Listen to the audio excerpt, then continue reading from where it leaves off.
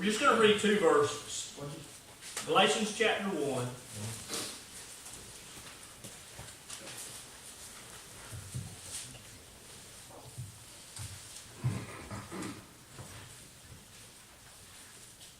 Karen and I get to see a lot of things that you don't get to see, and living by the church. Now, there's some bad things that come along with living by the church, but there's also a lot of great things. Like, we see people when they first get here, and we know who's first. Now, who is Miss Evelyn and Forrest always first?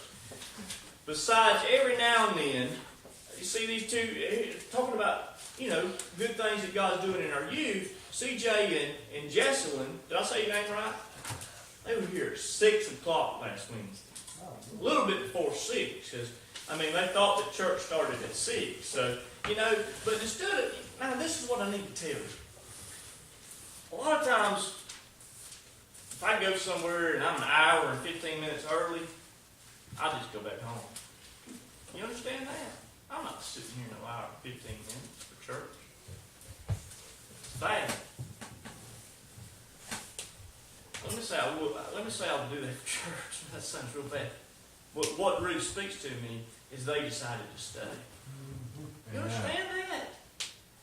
We're going to have to start taking our lessons from our youth. I'm just so amazed at what God is doing for these people. CJ and Justin decided to sit here an hour and 15 minutes and be entertained by me.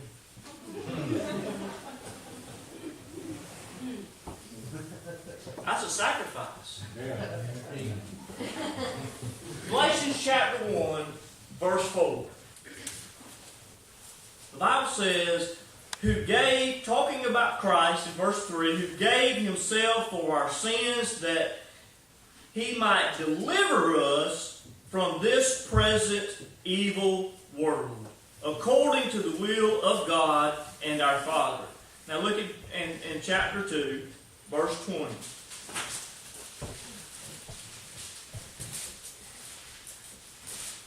He says, I am crucified with Christ, nevertheless I live. Yet not I, but Christ lives in me. And the life which I now live in the flesh, I live by the faith of the Son of God, who loved me and gave himself for me.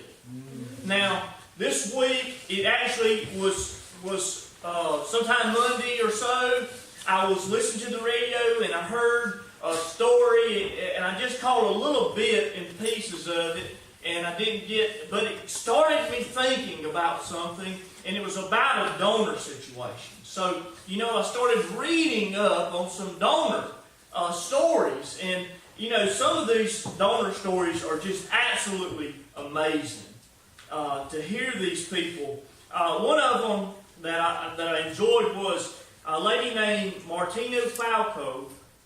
She was 28 years old, and she gave her kidney to her brother-in-law.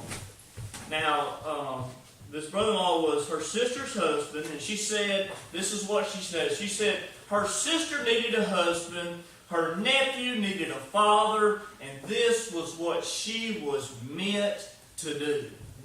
She really felt a calling, a purpose for God to do this. Another one that was written actually by a mother, talking about her two sons, but one of her 36-year-old son was given a kidney from his 28-year-old brother. And the mother wrote a terrific story about this, talking about, the title of it was My Brother, My Angel. And I tell you what, the mother was just so amazed at that love or connection that those brothers had. The one that probably spoke to me the most was one that I read that a lady just one day, out of the blue, not reading anything or seeing anything, she says she just felt in her heart a calling to do something for somebody.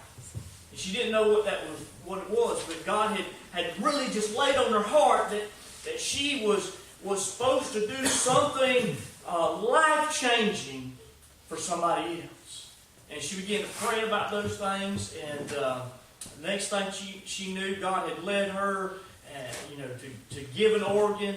And she went and done all the tests and all the time that went into it, the procedure and the pain and the healing and the hospital stay, the whole thing, being out of work. She was just a single lady, lived by herself, done all of this for a stranger.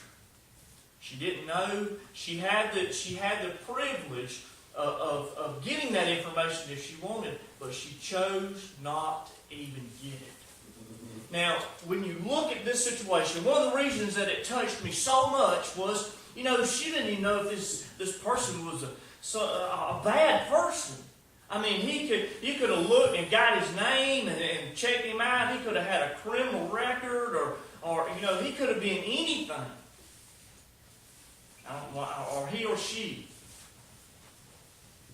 But she didn't even care. What she was saying was, it didn't matter. That God told her to do it. And because God told her to do it, it was His will, it was her purpose. And you stop and think a lot of times, well, why does God give us two of these things sometimes we don't know? I mean, that's just an amazing question right there in itself.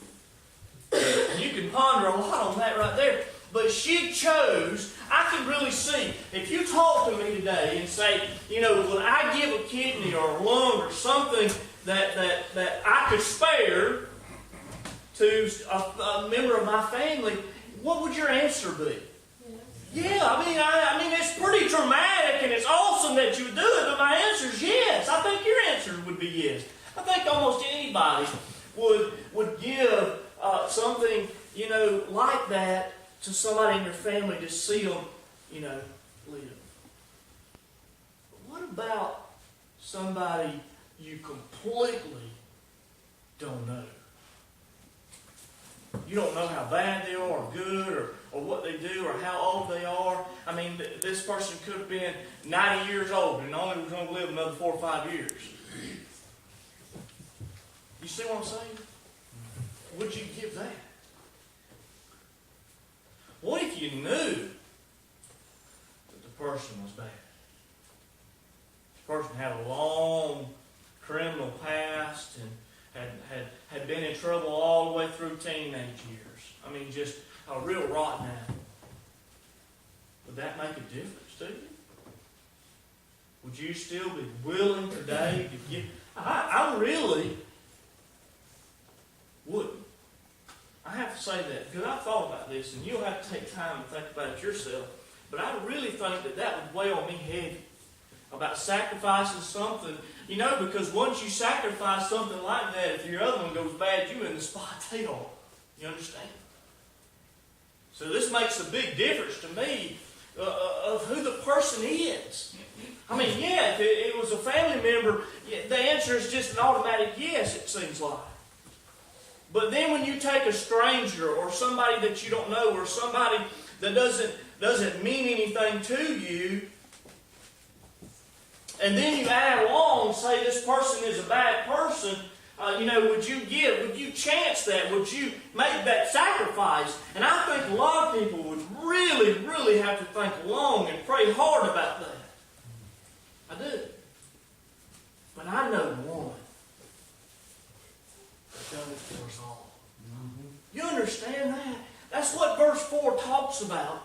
It's not just giving a kidney or it's not just giving some blood. I used to, really admire Robert Hatfield. He's got that special type of blood, that's real rare. And a lot of people don't have it. And they call him all the time. And they about bled him dry. And he keeps going and going and going. And every now and then he'll just have to tell them, I can't right now. I can't hardly walk.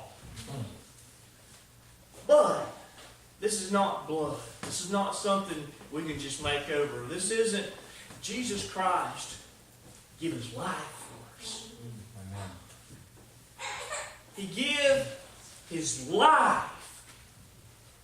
Not for people with just a lot of money and nice houses that could have and tithe and do all this type of stuff. He gave His life for the rotten.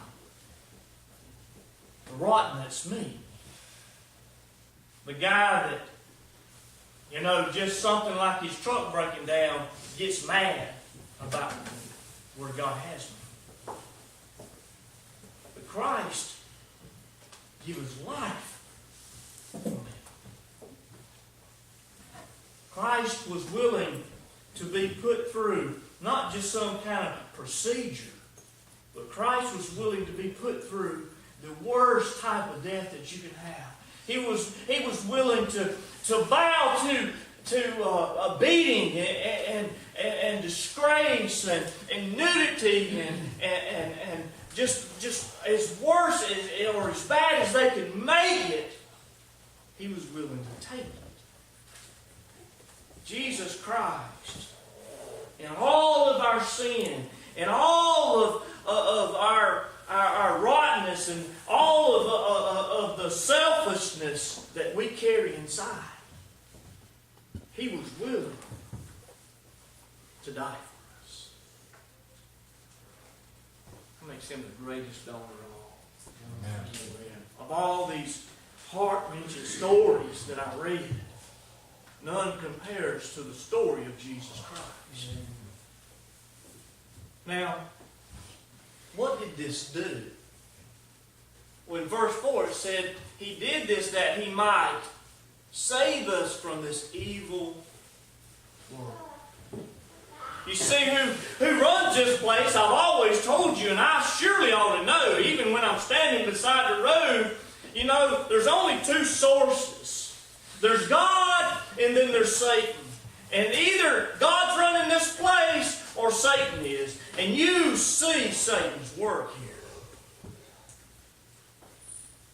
And that's what Jesus was talking about. Jesus said that He gave His life that He might save us from this evil world. The world that Satan controls. The world that Satan uses trials and temptation and lures and lies and disguises and deceives you.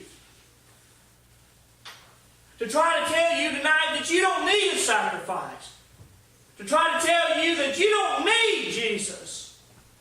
But here He is still trying to save us from that. He gave His life for the cause of saving us from this world that is going to be destroyed. Amen. That this world is doomed.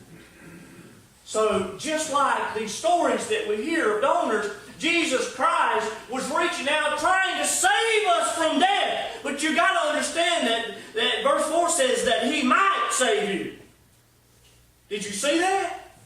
I see it. You know why He says that He might instead of, that He'd give His life to save you? Why? Because you've got to choose and accept this gift of life.